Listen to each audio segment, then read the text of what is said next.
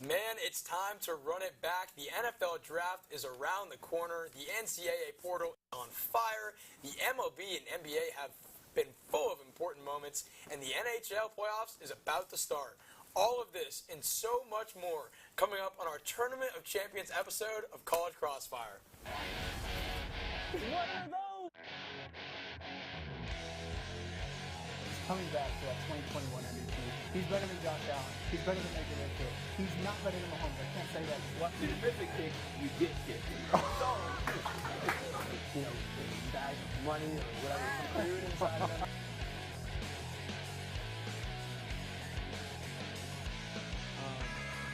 Okay. All right. We're gonna move on.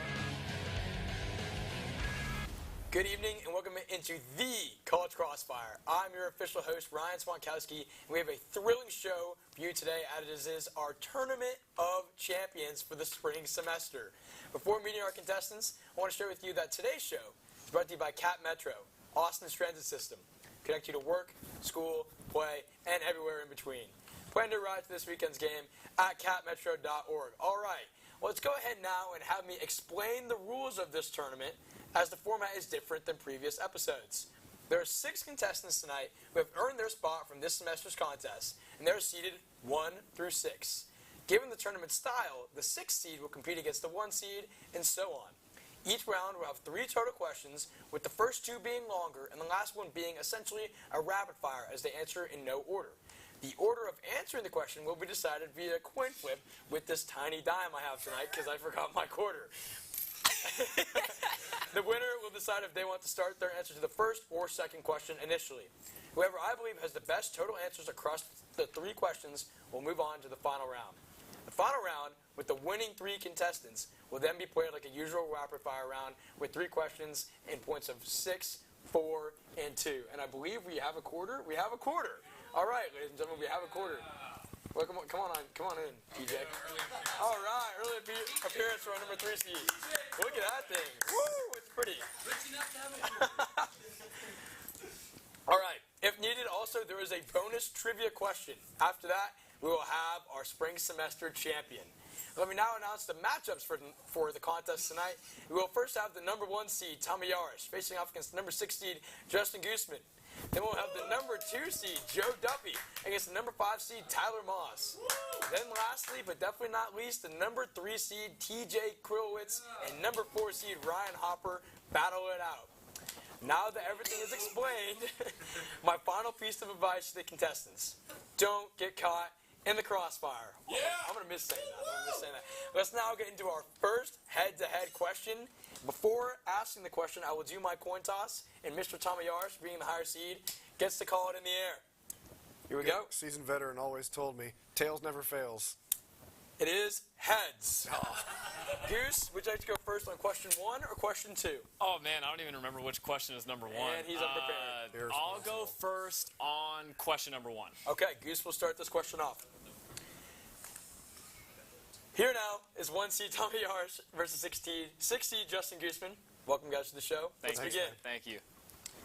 The NBA playoffs is here, and the play-in games are happening really as we speak.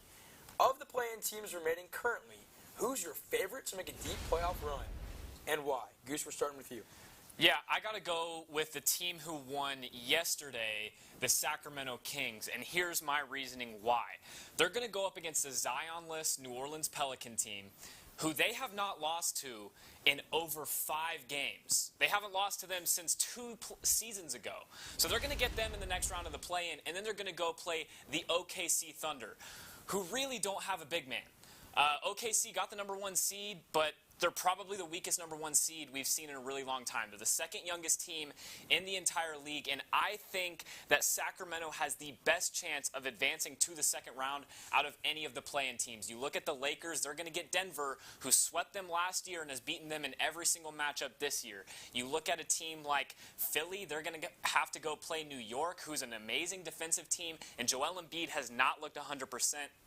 The Miami Heat, if they get in, are going to have to play the juggernaut Boston Celtics, and I know Jimmy Butler has made tremendous runs in the past, but this Celtics team is a different team than years past. I have to go with Sacramento, and if they get out of that first round against OKC, they're going to match up with a team like Dallas or LA. LA, Kawhi gets hurt pretty often, Paul George isn't the most trustworthy, and James Harden is a playoff drop-off. And then you look at a team like Dallas. If they go play Dallas, they can speed up the pace against Luka Doncic, and I think that's going to tire them out. They have the best chance to win and get into the conference finals out of any of these teams. I got to go with Sacramento. Ooh, an in-depth answer to start off tonight's show. That's what I'm talking about. This is the champions. What are you going to say, Joe? What are you going to do? You booing him? Fastest paced teams in the NBA. Goose, I like the answer to start off. Obviously, the Kings making the play-in, kind of surprising that they didn't make the playoff just from the get-go. But their route seems to be easier now that Zion is hurt, etc., playing the Thunder. We'll see how it goes. I like the answer to start us off. Tommy, let's go to you, man. I just want to point out that the two Dallas guys sitting up here up front with absolute death beams staring at Goose during that Mavericks answer. That was hilarious. I think that's a good answer, and I did really consider the Kings coming into tonight. But what worries me is that the Western Conference is just so strong, 1 through 8, right? That's going to be an incredibly tough matchup no matter what. That could definitely be a case where a 1 seed faces off against an 8, right, eventually, just because everybody is so good, and now that you're in the playoffs, you can turn on a different switch. Everybody thinks of the Lakers as a team that could make a push in the playoffs because they have the pedigree of LeBron James and Anthony Davis. So for that reason, I'm going to go to the Eastern Conference, and I'm going to say that I really, truly believe the 76ers have a chance to make a push here, and here's why. I think Joel Embiid is back, and that's the most important part. Sure, he's still injured, but a 75% Embiid is better than a 0% Embiid, and that's what the 76ers have been lacking. Nick Batum had a fantastic game tonight to get them a huge win in the play-in game, so they're in, and they will play New York. The Knicks not having Julius Randle hasn't slowed them down up to this point. But how much of that is going to come into play in the playoffs? I think that's going to be very difficult. Joel Embiid against Isaiah Hartenstein, I really like that matchup for the 76ers, and I'm serious. And Tom Thibodeau, too, in the playoffs just hasn't had a lot of success in his career in New York. I know it's a city that's longing for a win, but that's definitely a very high upset potential, and the 76ers have been at the top of the Eastern Conference in years past. So give me Philly to maybe turn some heads here early. Okay, wow. The Philadelphia 76ers, like you said, Joel Embiid, 75% is way better than Joel Embiid 0%, because if he was 0%, I would give the Sixers a 0% chance to go anywhere. Exactly. So, great point, Tommy. I like the analysis there. Again, I'm not going to tell you who's winning these questions until the end of your guys' block. Great answers all around, though. We will move to our second question.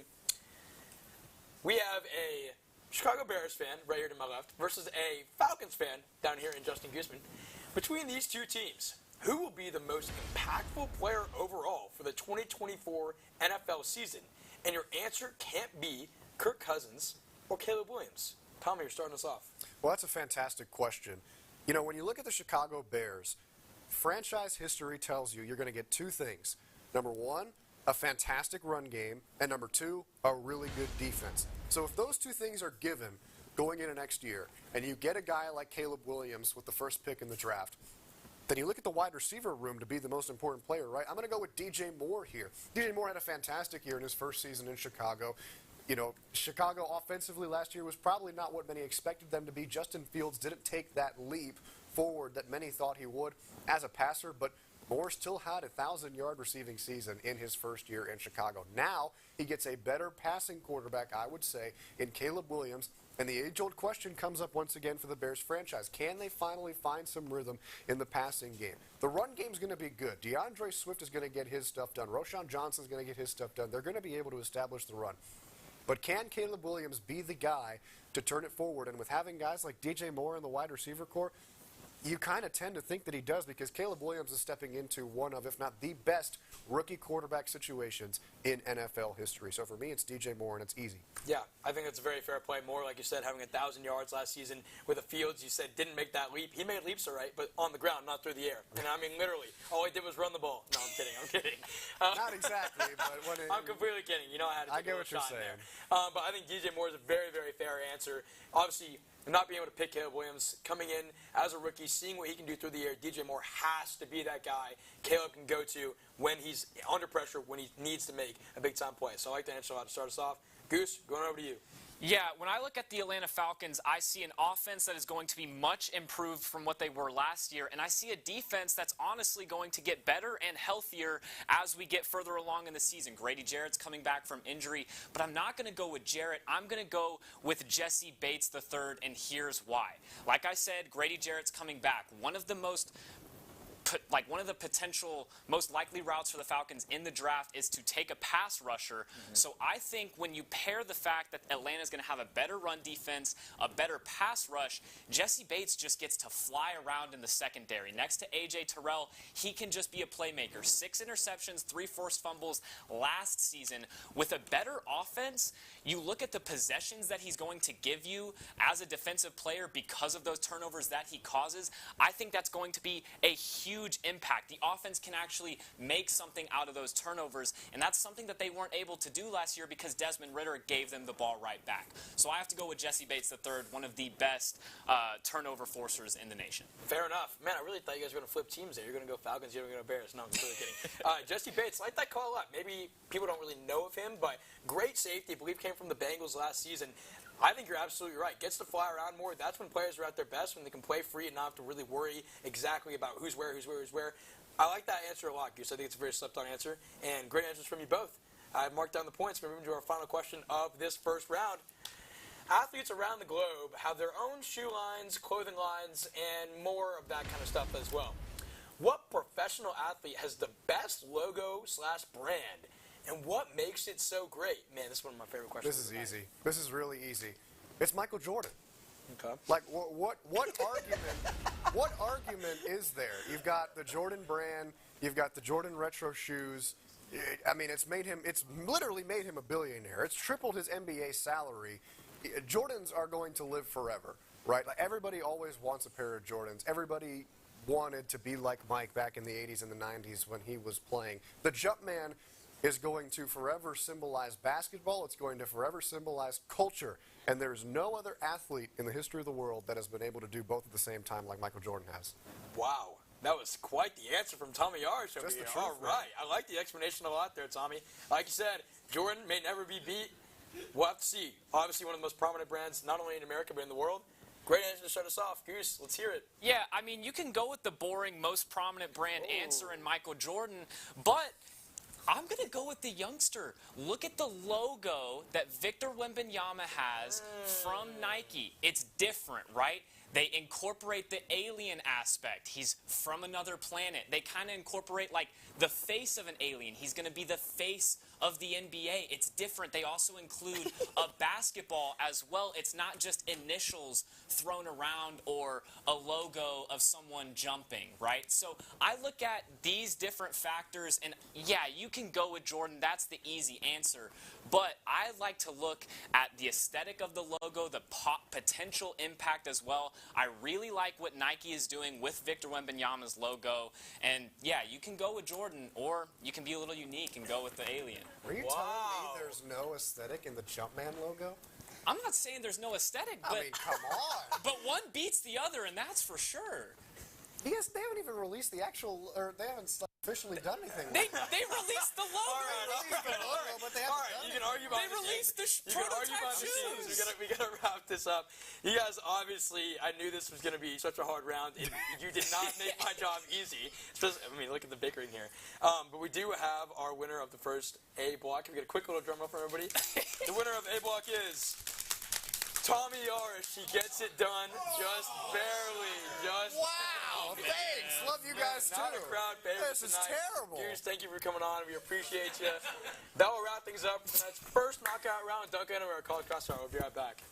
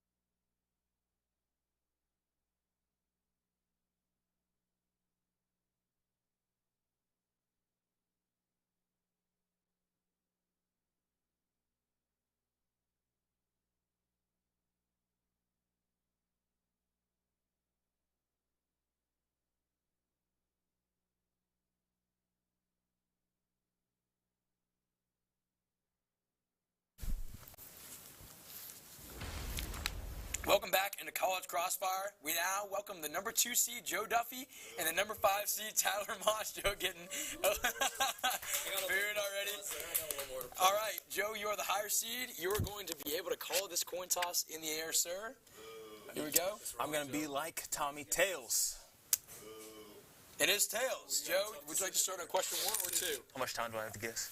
You got 5 seconds. 2, 3, 4. I accept. You accept. You going first on question 1? All right. Look at that. I accept. All right. Fair enough. We're going to get straight into it. Well, welcome, guys, onto the show. Glad you guys are both here. Let's get to it. The NFL offseason so far. Given the NFL offseason so far, who is your favorite team to make the playoffs this coming season that missed it last season? Yes, I know this is pre-draft, which makes it even more difficult. Welcome to Tournament of Champions. Joe, you're starting us off. Yeah, I got to go with the New York Jets. And look, Aaron Rodgers, albeit very old, future Hall of Famer, I still think he has some stuff left in the tank. And I still think he'll be even better than Zach Wilson, who just, I really thought he could have something to give right there with that excellent defense, but he just didn't have enough for the team. This receiving core is still pretty good. Stephon Diggs dipped from the AFC East. Now he's in the AFC South on the Texans. So I think the Jets receiving core is going to move up to second as the second best receiving core in the division behind the Dolphins. Then also you have to add, they added Mike Williams on a 1-year deal. He'll be coming back probably mid-season. They signed Tyron Smith. I think he'll be more healthy this year, even though he's pretty old. But, somehow, some way, he'll probably be more healthy as he leaves the Cowboys. But still, this defense has been very consistent throughout Robert Saleh's tenure. They have 2 All-Pros now, and Sauce Gardner and then Quincy Williams, first-team All-Pro linebacker. And then Quentin Williams, his older brother, is still very good. So overall, I think this team will be much better. Aaron Rodgers is back. He will be competing at full strength. I have them as a playoff team. Fair enough. I mean, the Jets now kind of feel like a veteran team. Mike Williams, kind of a guy, been in the league a little while. Obviously, Aaron Rodgers coming back. Defense last year looked phenomenal, probably a top 5 defense in the NFL. Let's see if they can string together both sides of the ball. I believe they can. I'd like to answer, set us off. Tyler, we're going to you. Yeah, so you think about the playoffs, right? And obviously the easiest path to the playoffs is win the division. You get that automatic bid into the playoffs. You don't have to worry about the wild card. So, to me, I look at what's the weakest division and who can capitalize on that. And obviously it's the NFC South, and I'm going the Atlanta Falcons. I'm going to throw it back to the last block, Goose's answer. I really like that defense there. Obviously they still competed at the end of that season. I believe they finished 7-10, just outside of that playoff spot. I don't think there are any of the other teams in that division that are really that much ahead of them, especially with the addition of Kirk Cousins. I know he's getting up there in age, coming off an Achilles tear, but I think he's going to elevate that offense because really all they were missing last year was a quarterback room, and I think it was a room that I could have competed in, if we're being honest. You're bringing in a new coaching staff that hopefully utilizes those weapons they have in Kyle Pitts. You got a pair of dynamic running backs in Tyler Algier and Bijan. I think that obviously the Falcons are going to make a run in that division, that clinch that NFC title, and then who knows what happens once they get to the playoffs, man. Yeah, fair enough. Look at Gears coming in to cheer on his own Falcons. I think it's a very fair analysis. You got to kind of look at the divisions. Obviously, I feel the NFC is slightly worse than the AFC probably overall. Falcons obviously adding Kirk Cousins big time. I like to answer a lot from you. I like to answer a lot from both you guys. So I've written down who's getting that point, and we're moving on to our second question. The MLB season has felt very high scoring so far, but there are still some teams that have some wicked pitchers on their squad. Who, in your opinion, currently has the best rotation in baseball, and what makes them so great? Tyler, we're going to start with you once you get that mic clipped back on to your shirt. If not, you can just hold it and then fix it after. I got it. I think I got it. All right, here. he's good. Hopefully this is good in the back. You're good. I'll just start screaming at all you guys here in the audience. I think really the best pitching rotation in the MLB right now is the Braves. They're sitting atop of the East, and seriously, I think I'm sticking with Goose's team. Atlanta all around. There's a bit of a theme. We'll see what happens when we get to that third question. I think the Braves have, they made that push last year. I think the pitching rotation is as strong as ever. And when your fourth starting pitcher is a Cy Young winner, I think that does wonders for your pitching staff. They're going to continue to dominate that division that they're in. I don't see a group of hitters that is going to be able to come back and kind of dig themselves out of holes that pitching staffs are going to put other teams in. So I'm sticking with the Braves for this one. Yeah, the Braves, obviously, probably the best team in baseball, just all around. Pitching staff is phenomenal. Bullpen's good. Guys like Spencer Strider over there. I mean, they're still kind of young, and they're very, very good. So great answer to start us off over there, Tyler. Joe, we're going to you. Yeah, I love the Braves, too.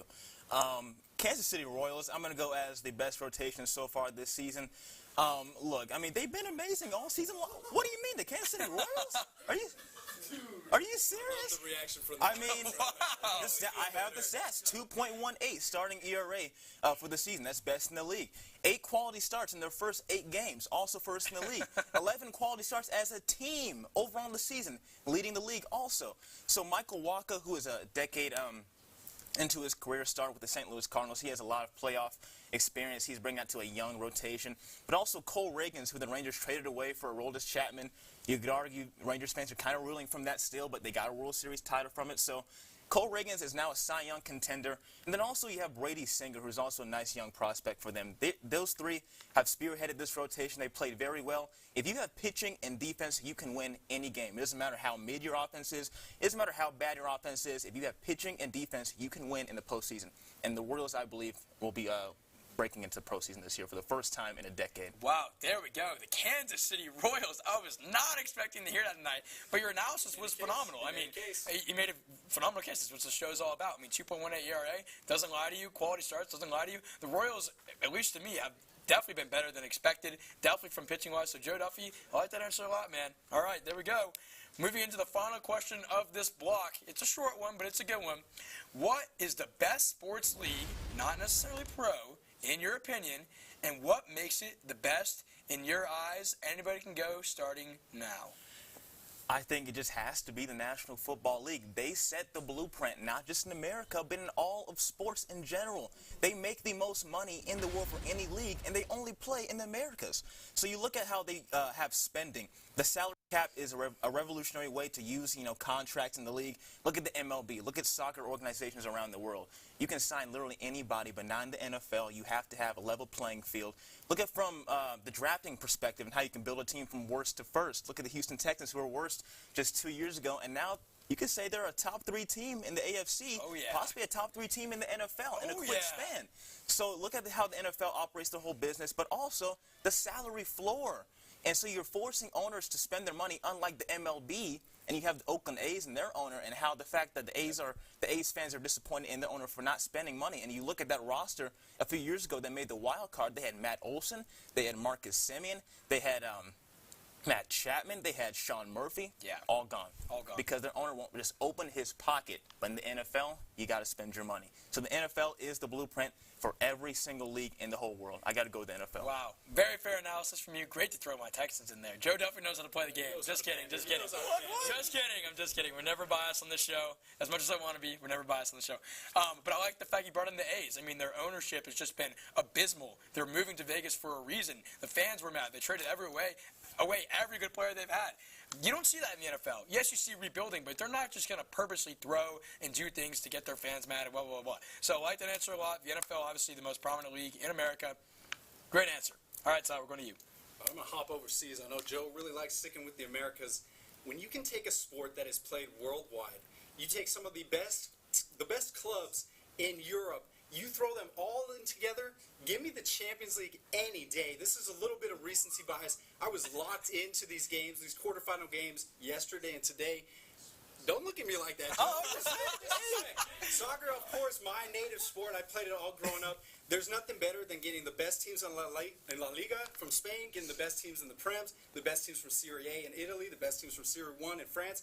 You throw them all in together. You throw in some of those smaller league teams and some elimination rounds. You end up with 80 teams across Europe, and the most watched and most played sports across the world. And it is electric, man. Those games yesterday, Barcelona got absolutely screwed over, by the way. Today, Manchester City, I wanted my twin, Erling Haaland, to advance. Didn't quite get it done. But, man, I've never enjoyed watching soccer more than when it comes to the Champions League. You just have so much history and so much star power in those players, and the Champions League is something different every year, man. All right, fair enough. The Champions League. I got to say, I don't know a ton about soccer. I do know about the Champions League, of course. It is a phenomenal league. Like you mentioned, went into depth, 80 teams, Europe, the whole works. You got everything. You got the best teams in the entire world coming together. It's a great league altogether. All right. There is a winner for this round, obviously, and it has been marked down. Quick drum roll for the winner of B Block. Tonight is Tyler Moss. Tyler Moss wins the B Block. Oh, Joe looks shocked. Wow. Joe, thank you for coming on. Tyler, congratulations to you. That would do it for our second knockout round. We have one more coming up next. Stay here with us. You won't want to miss it.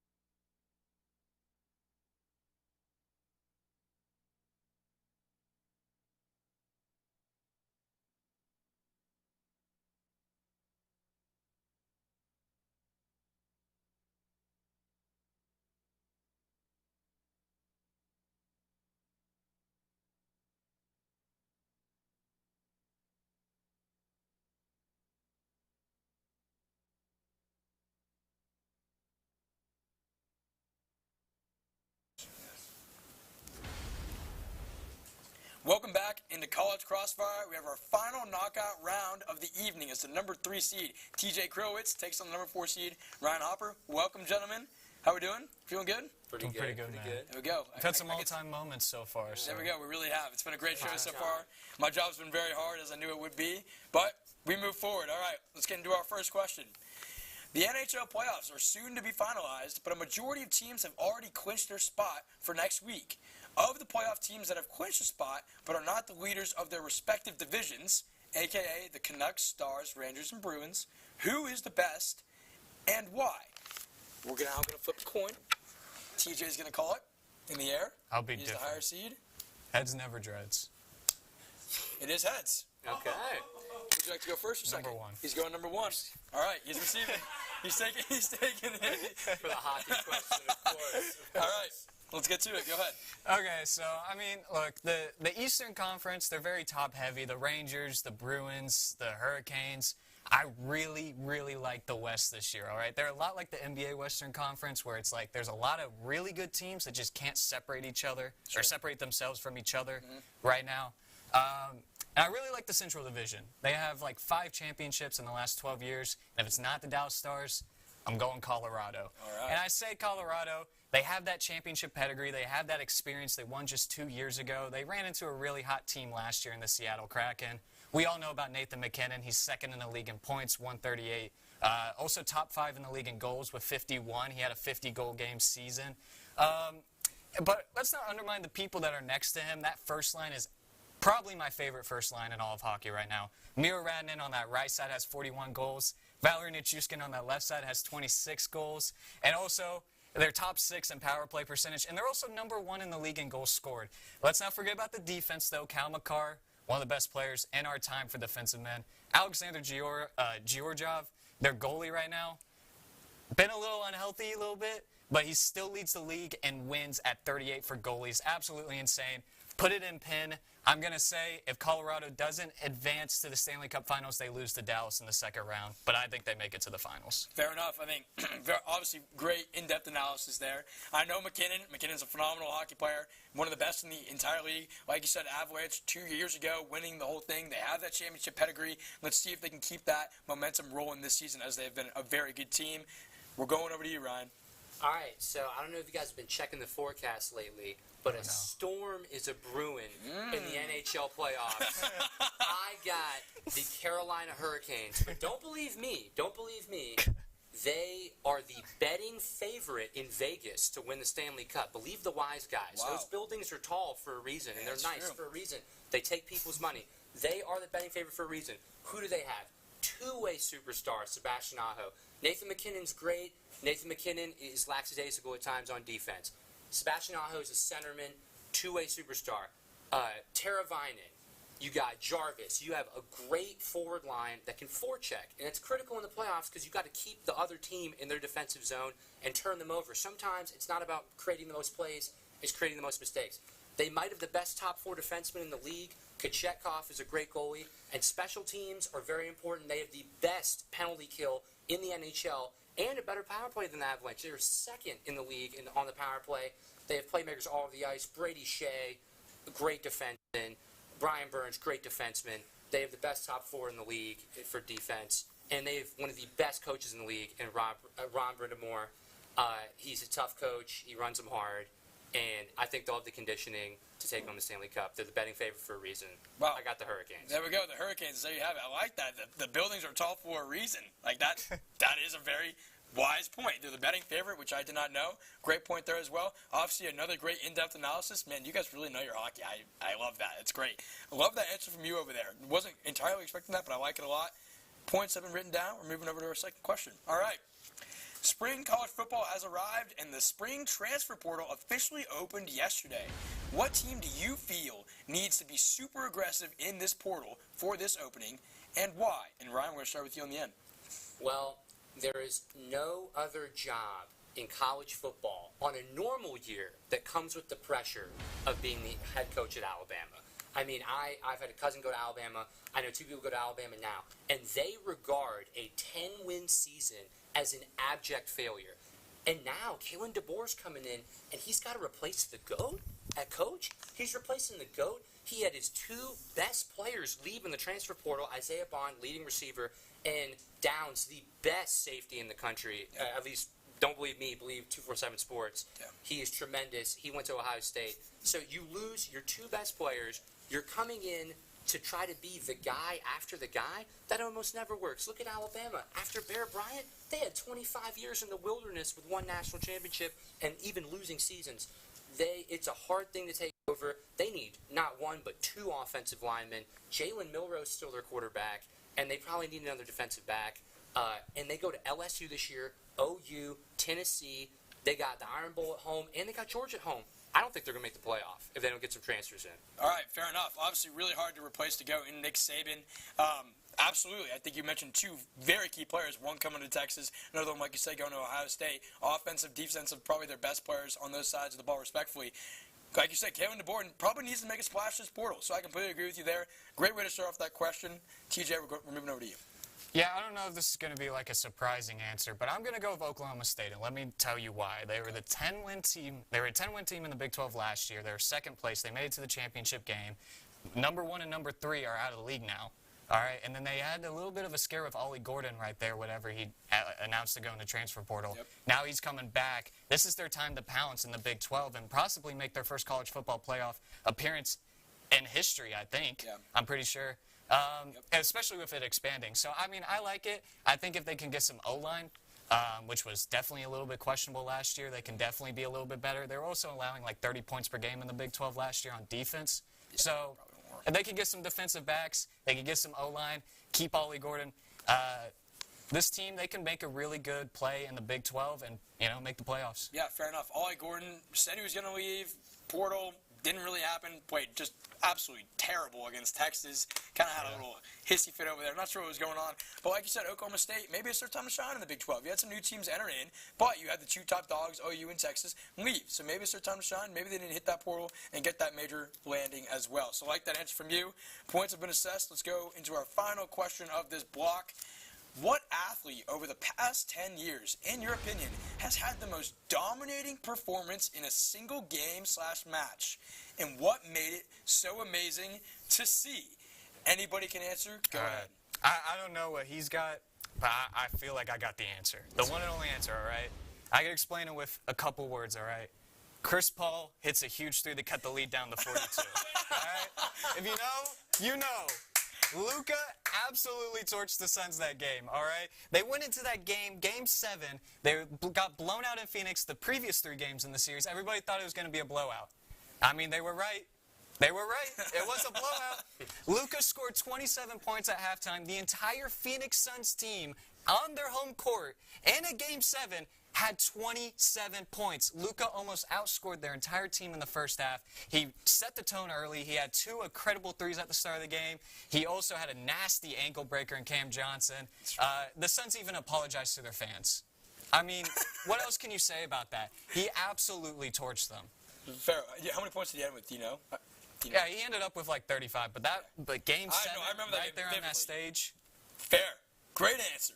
12 for 19 shooting. There we go. In the first. Ryan, go ahead. Well, so Luka had a great game that game, but I'd like to point out that also the Suns just completely came out flat. That was one of the most awful playoff games I've ever seen from a team that was favored.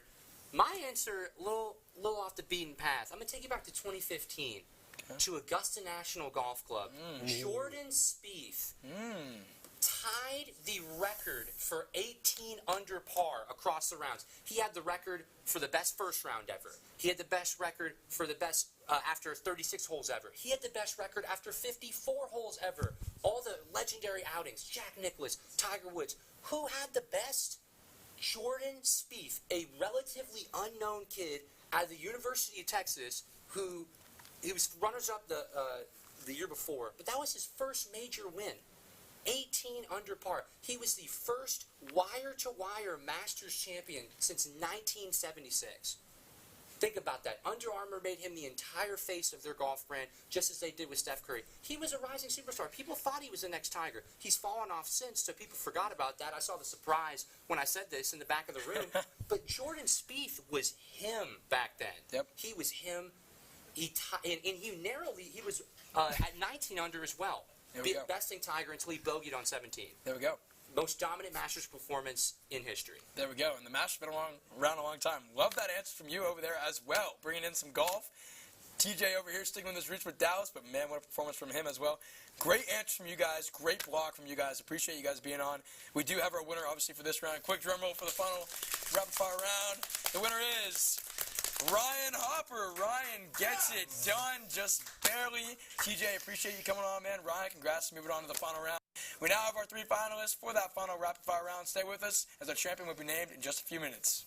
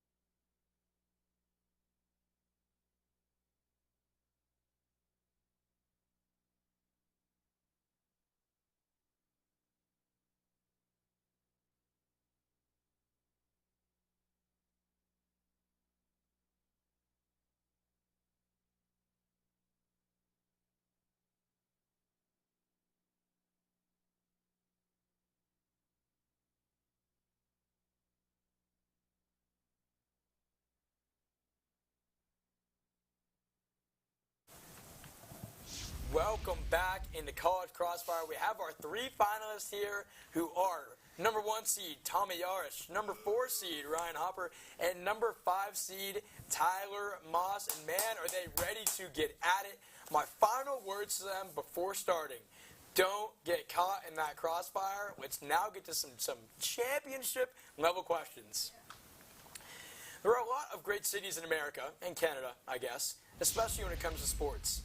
Given all of the cities that have a professional sports scene, which city's teams do you believe has the overall brightest future / highest upside for the next 5 years, and why? Anybody can go.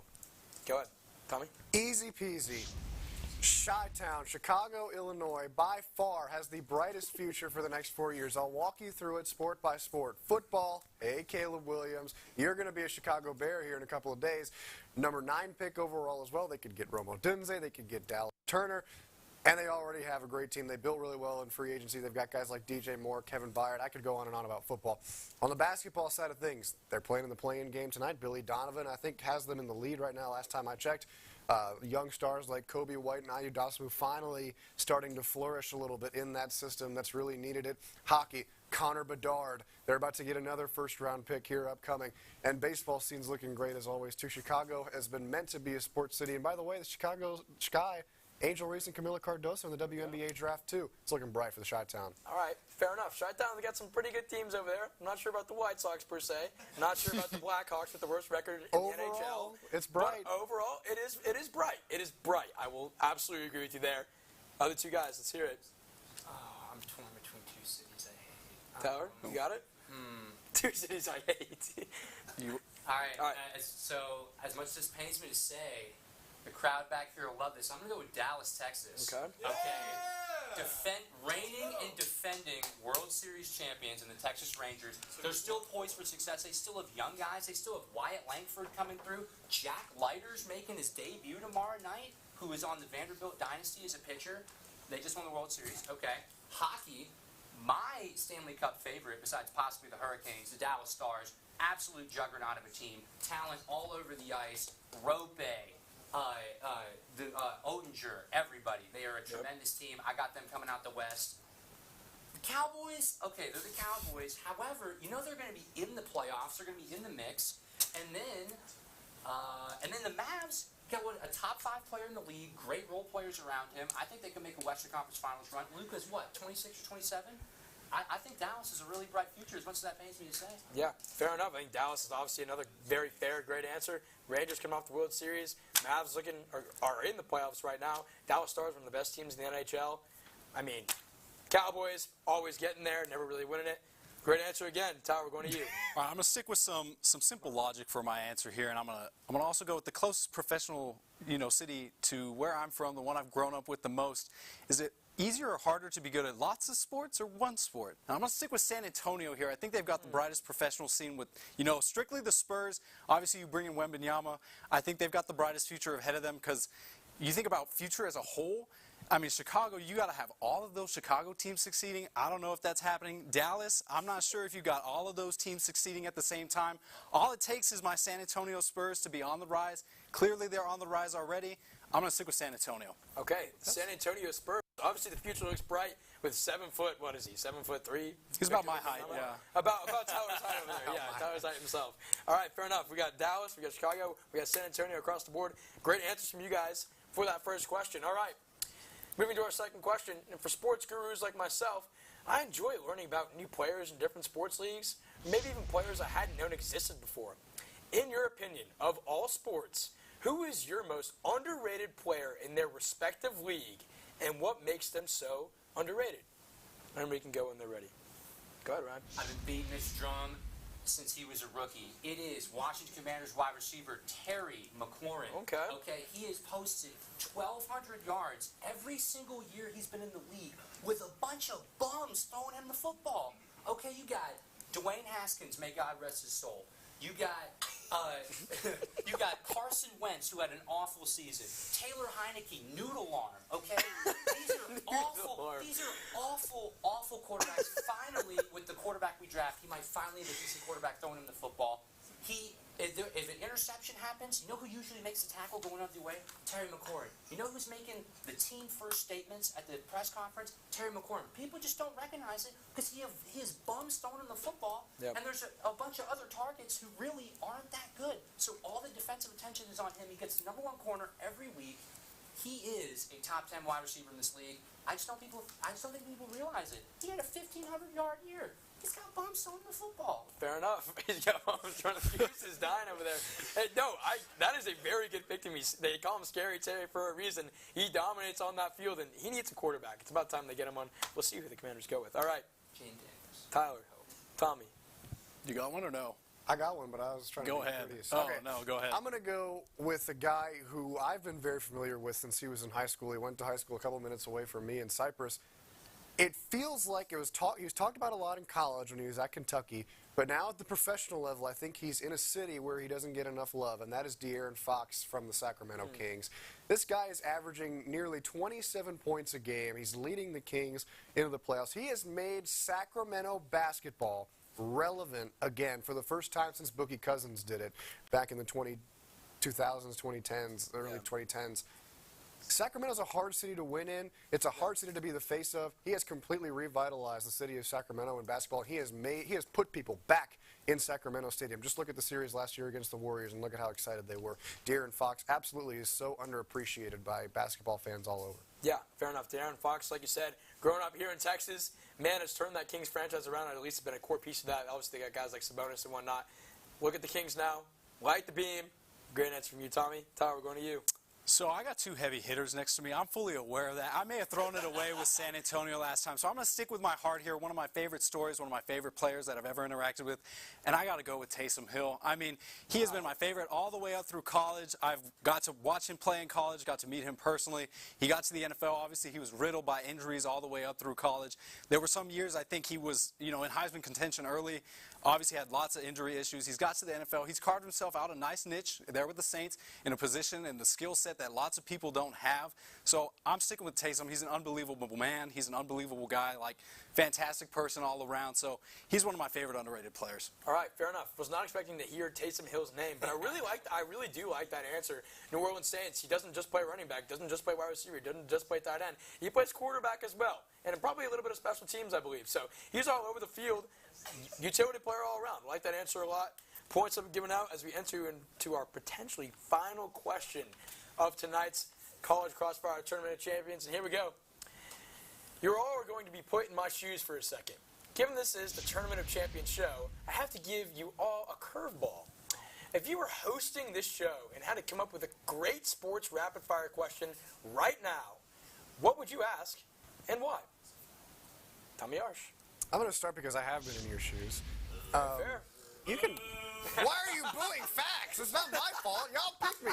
Anyways, I think over the course of the last few years, there's been so much more discourse about who is broadcasting games, just in sports, all over the place. Play-by-play guys, color guys. I think my question would be, if you were a play-by-play guy or a color guy, you can pick which one you are. Who is it that you would want to call a game with? So would you want to call a game with Joe Buck, per se, and be his color analyst? Would you want to call a game and have Tony Romo be your color guy? I think that would be a really good question. You could even phrase it as, who's a current athlete or a current former athlete who should be a color commentator who you would want to call a game with. I think that would be a pretty good question to ask. All right, fair enough. Are you a commentator yourself, Tommy? I am, yes. No, very, very good question over there, Tommy. I like that starting us off. All right. So I got one that could work. You could ask it as a general sports question. You could ask it for a specific season, if it's baseball season, if it's hockey season, whatever. And it is, what is the most iconic uniform of all time? Okay. There's endless debates. There's Twitter accounts devoted to sports uniforms and jerseys. So if it's hockey season, what's the most iconic hockey jersey of all time? There's plenty of great answers. Baseball, plenty of great answers. One of them is right behind you. That's a great Astros jersey. Oh, yeah, you got football. There's been plenty of great football jerseys. The Kelly Green Eagles jerseys, the Creamsicle Bucks jerseys. There's tremendous jerseys in every sport. The Heat jerseys, the pink ones. There's the old Utah Jazz jerseys. You could go any direction with this. You could reuse the question per season of the sport. I just think it'd be a great question, and you get a ton of great answers. All right, fair enough. Most iconic jersey of all time. I like that one a lot as well. Two great answers to start us off. Tyler. Yeah, so I also have hosted. I hosted the Valentine's Day episode, and I got to say, coming up with questions is tough. Wait, so he doesn't get booed? I hosted one time, and I felt like I did okay. I felt like I did okay. There we go. And coming up with sports-related questions is tough. I only came up with 2 rapid-fires ones. I defaulted to a food one for the third one. But if I had to come up with one right now, it would honestly be, what type of sport would you want to see the level of popularity that the football, NFL, NBA gets? What league would you bring up to that level? There's a ton of niche sports out there. On the top of my head, I'm thinking pickleball is on the rise. If we had hundreds of millions of people watching pickleball, could you imagine the insanity? Cornhole is another one that I've seen broadcasted. Could you imagine if that got popular? There's so many different sports across the world, and just imagine, you see leagues on the rise. Obviously, NBA, the WNBA rather, is exploding at the moment, and I just think there's a lot of leagues out there that are kind of undervalued and underappreciated. So I'd want to see what other people would want to bring up to the surface. All right, fair enough. Maybe a smaller league getting the chance with some, more marketing, more advertising, more eyes on that league. Really like that. As we can use some new sports in there. Throw in some pickleball. Why not? Throw in whatever your sport is. Shout out Sam with F1. I don't want that, of course. But shout out Sam. But great answers across the board. Great answers from everybody tonight on this show. And I've rounded up the points, and we do have a winner. So, quick drum roll. For the Spring 2024 Tournament of Champions, the winner is Ryan Hopper. Ryan has won the 2024 Spring Tournament of Champions. Do we have time for FaceTime?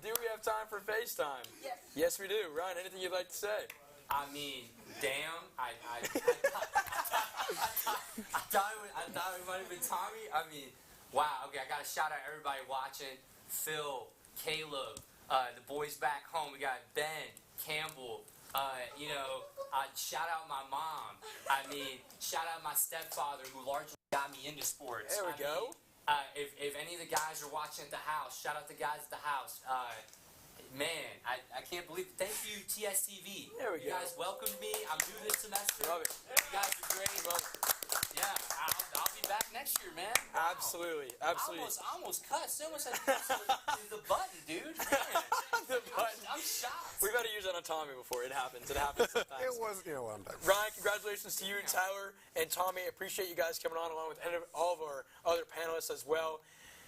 That will do it tonight for us here at TSTV. Congrats to you again, Ryan. Thank you to everyone who makes this show possible, from the contestants to the in-studio personnel, to all the people in Master Control, and to you, the audience especially. I'm your host, Ryan Swantkowski, and we will see you guys next week for the final show, as well as this sign that myself and Goose are holding up. You see it. Go follow it. Voices. Go support them. Go support them. Absolutely. Thank you for that, Goose. We'll see you guys next time. Have a good one.